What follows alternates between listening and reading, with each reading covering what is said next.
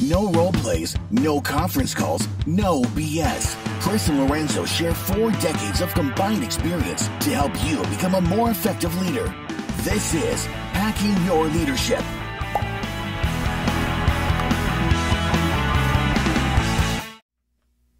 Welcome to Hacking Your Leadership. I'm Chris. And I'm Lorenzo. And Lorenzo, on this episode, we're continuing our discussion of the cognitive distortions found in the workplace amongst leaders and how it can kind of impact decision-making processes and relationships with your people. If you haven't listened to the first 2 episodes on the last 2 Mondays, go back and do that. They had some great topics on these different negative distortions that can impact you. On this episode, we're going to talk about 3 more. The first one I want to talk about is personalization. This is the belief that you're responsible for things even when you're not responsible for them. It could be that your child gets hurt doing something and you blame yourself, thinking that, oh my gosh, I shouldn't have allowed them to do this. It's on me to make sure, and it's based on the result only, not based on things that you actually could control. I think leaders do this a ton when the numbers aren't what they should be, or when a person acts a certain way that reports to them in a way they shouldn't be acting, or that is uncharacteristic of them. They tend to kind of put it on themselves. Yeah, no, I agree. I think it's one of those things too. I see it more often sometimes when people make bad decisions, bad professional decisions, and then the leader wants to hold it, I can't believe that. Maybe I failed them. And look, there are going to be things where the leader does have to be responsible. We talk about leadership responsibility quite often, but in this kind of, this context, these are things that if it's always you, if you're always holding the bag for the team when they're not doing what they should be doing, and you're only thinking about it's a failure of me, that's when this becomes a real red flag that you need to think about and address. Yeah, I agree. I think where I also see it in leaders, and this goes both ways when it comes to personalization, is they shirk off the blame that they should be holding. And so if things aren't going the correct way, they assign that blame as far away from themselves as possible to kind of, get off of that. So, if you don't feel like you could have done anything about it, and if it's other people's responsibility to get this done and they didn't, that could be the exact same thing. It's kind of putting the blame on other people as opposed to yourself. Or sometimes I think too, if you hear somebody talking about something and you immediately feel they're talking to you directly, those things happen too. Like you're in a meeting and somebody's talking about this is this work that needs to be done here. We need to fix this, or this is unacceptable, and you're like, oh my God, they're talking to me, and you don't have any real data. I didn't say, hey, Chris, or hey, this department that Chris runs, but I'm just saying we have to get better at making sure that, collectively we are holding our people more accountable to the things they commit to. And in your head, you're thinking oh my God, that's me. I'm going to get fired today. I haven't been holding, no, right? Right. There's nothing there necessarily. But if that's your go-to default, that could be where the personalization is sticking out too. Right. Well, we talked about this on a Thoughtful Thursday a few weeks ago on ways to be able to publicly hold people accountable without kind of violating the rules that we have in place around privacy, and making sure that the employees don't feel like they're being called out in front of their peers, and how you can talk about things like, if you're trying to kind of, rein in an attendance problem, and you say, we really got to focus on our attendance problem, a lot of people who have an attendance problem hopefully will say to themselves, ooh, they're talking about me, so maybe it's the right thing to do to personalize it to a specific person or a group of people if it's an example where you're trying to solve a problem, as long as it's rooted in actual data. And so if you're asked about it and you can say, this is the data, we have an attendance problem, whatever it is, if a person wants to kind of believe that you're talking to them, maybe they're right and maybe they're wrong, right? But the idea of personalization, when we're talking about it as a cognitive distortion, is you believe they're talking about you when they're not, or you believe they're not talking about you when they are. So that's when it's a distortion. When they're talking about you and you believe they're talking about you, that's not a cognitive distortion. That's just a guilty conscience. Exactly. Yeah. Thinking oh, maybe I better make some changes here. Definitely me. Definitely me. Yep. Yeah, exactly. So yeah, just because a lot of times you think they're talking about you and they're not, and so maybe ask some questions to kind of figure out, so that you're not carrying this around with you the entire day or the entire week thinking, oh my gosh, I'm going to get fired, when you're actually not. Or if you're curious and you don't mind finding out that it is actually about you, if potentially it is, then go have a conversation with the person who said it and say, hey, I'm wondering, were you talking to me when you said that to the group? Believe me, if you're one-on-one with your leader and they were talking about you, they will tell you, yeah, I was talking about you. Not alone. Maybe there are other people too, but yes, I was. You were right to take that personally, or no, not at all. You are not amongst the biggest offenders when it comes to this. Just keep doing what you're doing. Yes, we do have a problem, but you have nothing to worry about. And if it's one-on-one, a leader will tell you that. They just don't want to say it in front of your peers. The second one is related to this, but it's less about personalization. This is about whether or not you have control over something. And so a control fallacy is one that says that if something happens, no matter what it is, positive or negative or indifferent, that you were either completely in control of it or you had zero control over it. And the reality of things is that there are rarely circumstances where you have either complete control over something or no control over something. It's the gray. That we live in gray, and a lot of this is gray. So if you're not able to get something done, it's not because, all these things worked against you and now you can't get it done. Chances are you maybe made some prioritization decisions that were not great, and then things happened that were out of your control. But if you had not made the prioritization decisions, poorly to begin with, then those things wouldn't have been an example. It's the old, what's the old adage? Lack of preparation on your part does not constitute an emergency on my part. Right? You can blame the person who didn't take your emergency as their emergency, but at the end of the day, if it became an emergency and it shouldn't have, there were things you should have done. On the flip side, if you believe that you had complete control over something and you own it to the point where you're discounting things that led to this also, that's not fair to yourself, and it's a distortion that can lead you to believe that you're either unfit for a position or a role or a task, when maybe that's not necessarily the case and there are other factors. This one's tough for me because I have control over everything. Of course you do. So I don't know what you're talking about right now. Yeah, of course. No, this is such a good one, and I think about this is one where I think people that are new into a leadership role, like I think of like new leaders to a role, and kind of all the energy that they bring and the excitement of like, finally, like I've got this level of responsibility. I'm going to make these changes that I've always felt I've wanted to make. I'm gonna go and talk to the team, and they're going to understand what I'm doing and how I do things because I've been there. They know that I've worked with them, and now I'm a leader, and they kind of have this whole thing around like, I finally have the role that's going to give me the influence or control to change this for the better, or how I believe it to be the better, or change the result that we're getting. And then in that first 30 days, they realize you don't really have the control, right? Yeah. Like there's a lot to learn, that it doesn't go that way. Just because you want it to be that way doesn't make it go that way. Just because you have the position or the role or the title now doesn't mean everybody just understands and they're going to fall in line and do the things the way you want them to do them. And so that's tough, because if you don't stay close to those leaders, they very quickly can turn it inside. They can be like, okay, this is me then. I'm unfit for this. Right, I'm unfit for this. I'm failing. This is not how I thought I was going to go. Like, clearly it's like that's where I really kind of hear this one come to life, is like that belief that just because you now have the title to the job, that comes with a level of control. Because as we talk about all the time, that control is really about influence, which is really about like the trust and the relationships that you build with a team. And there are many more people that have quote unquote control when they're a peer, because there's not this element of authority that people are considering, and it's more of a relationship and trust thing.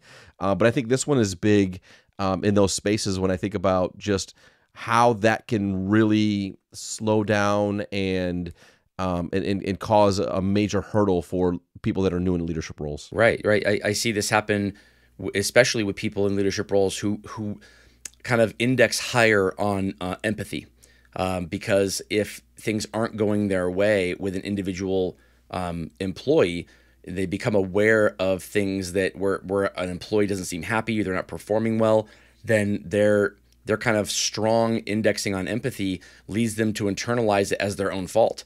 And sometimes the causes of other people's unhappiness is not you. It's just them. Some people are just unhappy. Some people are going through things in their lives that are making them unhappy, and maybe there are things you can do to listen or empathize with them, but to shoulder that on your own as a leader implies that you believe the relationship with this person is not primarily a business relationship, that it's a personal relationship that then you have to weave business into. And if you're leading somebody, it is a business relationship, and hopefully you can weave some of the personal into it. Hopefully you can create a trusting relationship where a person will reach out if they want to, but if they don't, it's not on you. If they don't, what is on you is to make sure that you're doing everything that is within your power and within the scope of whatever your role is to be able to get that job done and to hold people accountable fairly and objectively while also being available to them. And aside from that, it is on every individual employee to kind of bring what they can to their job and decide whether or not they're going to be happy doing this or they're going to be, kind of just treading water or trying to find something else. That's not on the individual leader. You should be able to look at yourself in the mirror and think, okay, these are the things that I can do, these are the things that I can't do, and stop trying to own the things that you can't do. The last one is the one that is, I think it's a difficult one for me, just like the last one was a different one for you. This is the fallacy of fairness. And I for my entire life, I know definitively that I have this kind of innate desire to do what is fair. And I think a lot of people agree with that. Some people don't. Some people don't care what's fair. They are looking out for themselves. But I tend to gravitate towards people who also have an innate sense of fairness, and I have it within myself.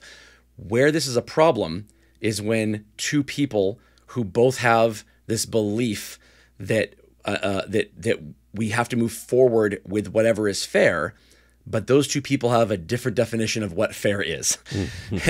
and sometimes it can lead you to believe, or can even lead me to believe that, oh, you must not really believe that what's right is what's fair, because your definition of fairness is different than my definition of fairness.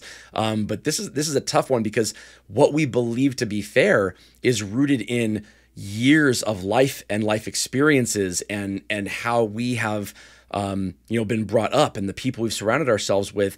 It's really difficult to change what you believe to be fair if you've believed a certain way for years and years. Yeah, no, I think this is a big one, especially in leadership, because so much of our time is dedicated to making decisions, and as it should be, right? Like, and right. I think it's a major pillar of leadership is the ability to be decisive, and I think that much of that time is running through your brain of, okay, what's the fair thing to do here?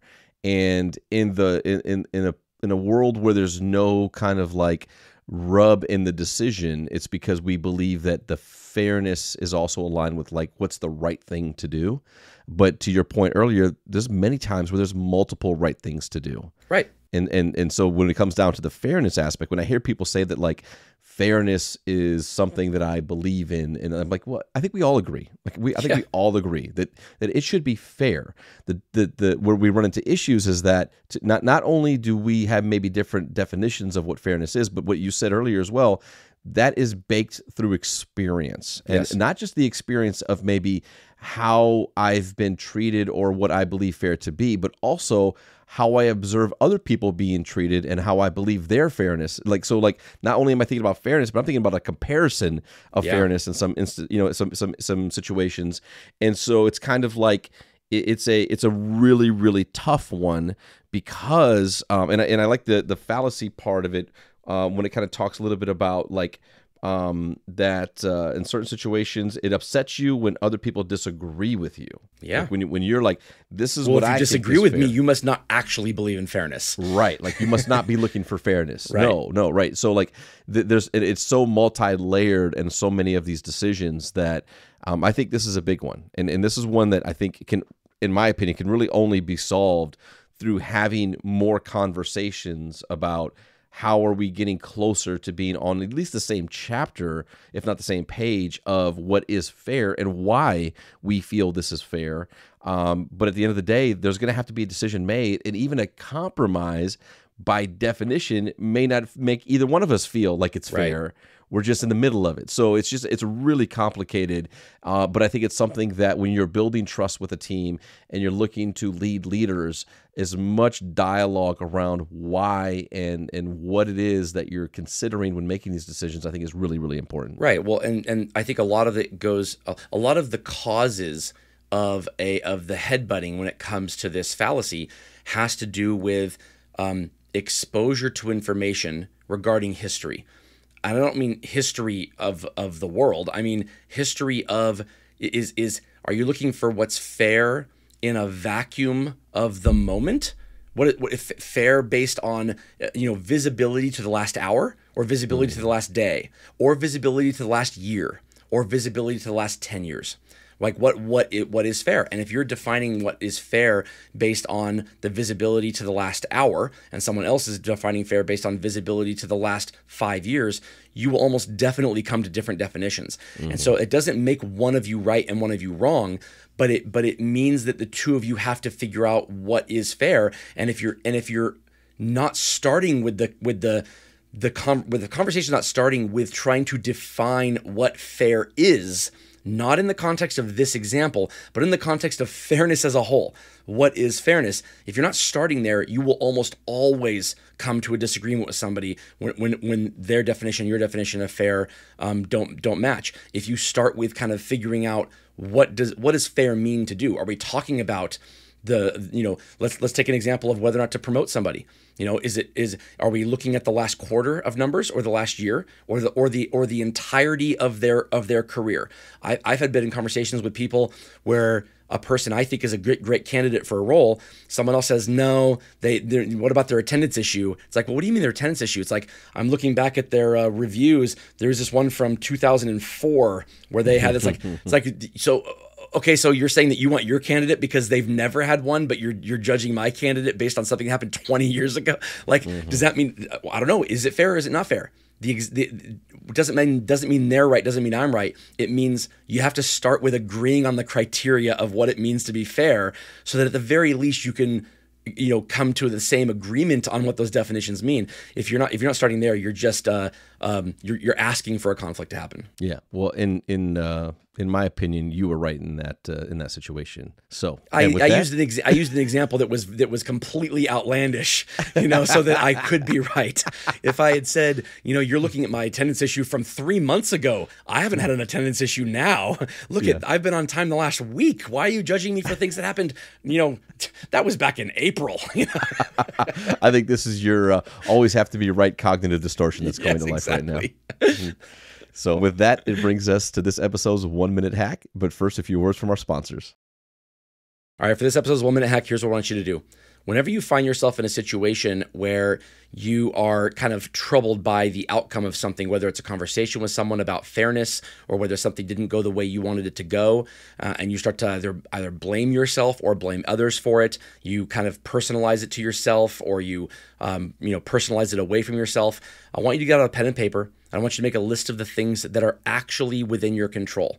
And so, if you're the example is if my kid gets hurt because they fell off a playground at school, does that mean I shouldn't have let them go to that school? I should have picked one without a playground? No, of course not. And that's the obvious one. But when something doesn't go your way, think objectively about what things were actually in your control and what things were not. Sometimes when things happen, it is your fault and you should personalize it. Sometimes things are not your fault and you shouldn't. Sometimes things are nobody's fault. That's where people get into a big, kind of rut with this. We as a human species have this kind of innate need to assign blame, not because we want to hold somebody accountable, because we want to try to stop it from happening in the next time. We want to find ways of saying, okay, I want this to never happen again. Sometimes things happen and there's nothing you could have done. So make a list of the things that you are actually in control of, and you're more likely to kind of look objectively at these situations and not make decisions based on things that you have either no control over or total control over. Yeah, I think it's a great 1 minute hack. And I think as we've gone through this series, a lot of the the hacks that we're talking about are based completely on like self-reflection, really, really considering how you think about these things when they come to life. Like, do you recognize them in yourself? And when you do, because I think we all have these at different levels, and in different ways. And I think some of them over time start to diminish just because you're more aware of it. You're more concentrated on not letting it slow you down or or cause any type of distortion. But I think that it's really, really important to consider these in the context of the work that you do, in examples that are recent, and then think about how do you shape this for the future? How do you start to think, and what are the things that you can do to reduce these distortions, to just make it, I'd say not make it easier, but make it more, I think build more confidence in making decisions and having the courage to make calls and to lead people, by knowing that these things exist, and that once you kind of are aware of them and take ownership of them, it becomes a lot easier to not get caught up in your own head thinking that everything you're doing is bad. Right. And I've said this on a previous episode in this series. This isn't about stopping these things from happening. It's about recognizing the triggers that occur in your own head when they do happen, so that you're more likely to be able to not let them cause as much damage. We as people, we will do these things. There's no way to stop doing all of them entirely. But if you'll find that as I'm going through these and reading them, every one of them, I think to myself, oh, I've done that. Oh, I've done that. Oh, I've done that. Like, and if you're knowing that about yourself, chances are something happened. That little voice in the back of your head was saying something when you were doing it. This is about being able to elevate the volume of that voice, so that you're more likely to hear that voice earlier and kind of stop the cycle as it's happening, not to prevent it from happening altogether, but again, from kind of making sure that the decisions you make when they do happen are the right decisions for your people and they don't hurt your leadership. Absolutely. And with that, it brings us to the end of this episode. This is Hacking Leadership. I'm Lorenzo. And I'm Chris. And we'll talk to you all next time.